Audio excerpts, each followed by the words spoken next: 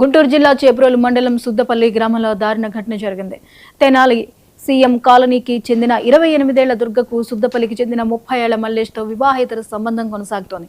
ఇరువురి మధ్య మనస్పర్ధలు రావడంతో ప్రియుడి ఇంటిలోని కుటుంబ సభ్యులపై ప్రియురాలు దుర్గ పెట్రోల్ పోసి నిప్పంటించింది. మంటలార్పడానికి వెళ్లిన 6 గ్రామస్తులకు గాయాలయ్యాయి. ప్రేమికుడు మల్లేష్, అతని తల్లి, భార్య, కుమారుడికి గాయాలయ్యాయి.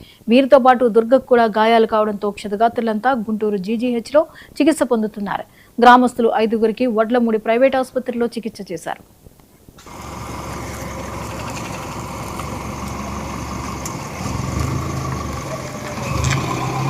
ఈరోజు రాత్రి సుమారు 8:30 గంటల సమయంలో మాకు 112 కాల్ సుద్దపల్లి గ్రామం నుంచి వచ్చింది.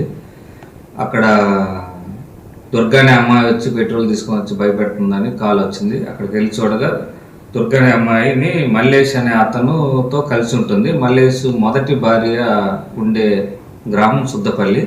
అక్కడికి వచ్చి ఆమె వాళ్ళు ఉండే ఇంట్లో పొరుగు మీద మొత్తము పెట్రోల్ పోసి ఆమె మొదటి భార్యతో వాదనకు దిగుతుంది. ఈ గ్రామంలో గ్రామస్తులు కూడా ఒక 7-8 మంది వచ్చి సర్ది చెప్పడానికి ప్రయత్నించారు. ఈ గ్రామంలో ఆమె లైటర్ తోటి ఆ పరుపు మీద నిప్పంటించడం వల్ల దుర్గాకి, ఆ మల్లేష్ అనే మొదటి భార్యకి, వాళ్ళ పిల్లవాడికి, గ్రామస్తులు కూడా ఒక 6 మందికి, మొత్తం 9 మందికి గాయాలైనవి.